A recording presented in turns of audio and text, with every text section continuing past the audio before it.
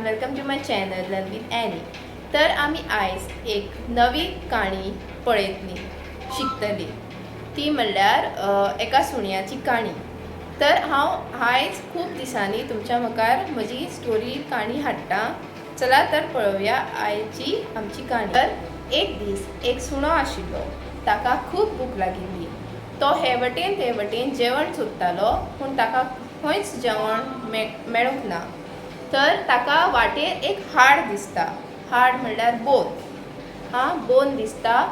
सो तो तें बोन मेळटा पळय तें आपल्या तोंडान घालता आनी तो असोच आपल्या घरा वचपाचे वाटेर वता। वतना वतना तो एका पुलाचेर पावता आनी पुला सकयल जायतें उदक आसता। सो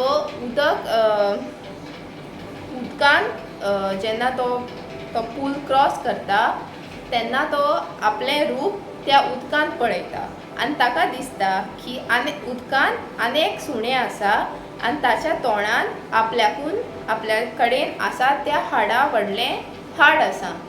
सो ताका ती आस जाता, ताका दिसता आपल्याक तेंवूय बीन हाड जाय।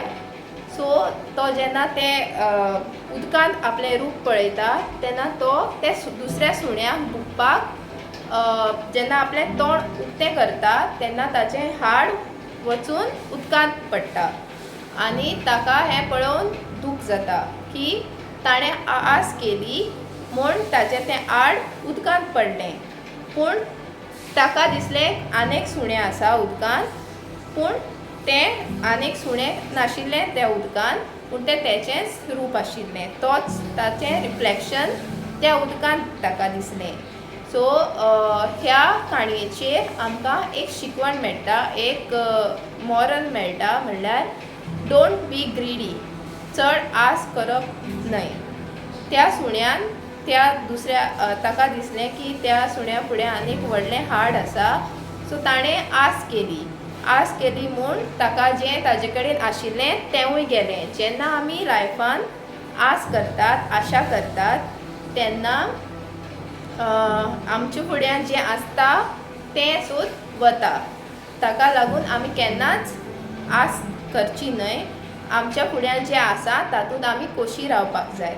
तर ह्या काणयेंतल्यान आमकां एकूच मॉरल मेळटा, एक शिकवण मेळटा, ती म्हणल्यार don't be greedy. I hope तुमकां ही काणी आवडली आसतली। जर तुमकां ही काणी आवडली जाल्यार म्हज्या व्हिडिओक लायक, शेअर, कमेंट आनी म्हज्या चॅनलाक सबस्क्रायब करपाक विसरनाकात।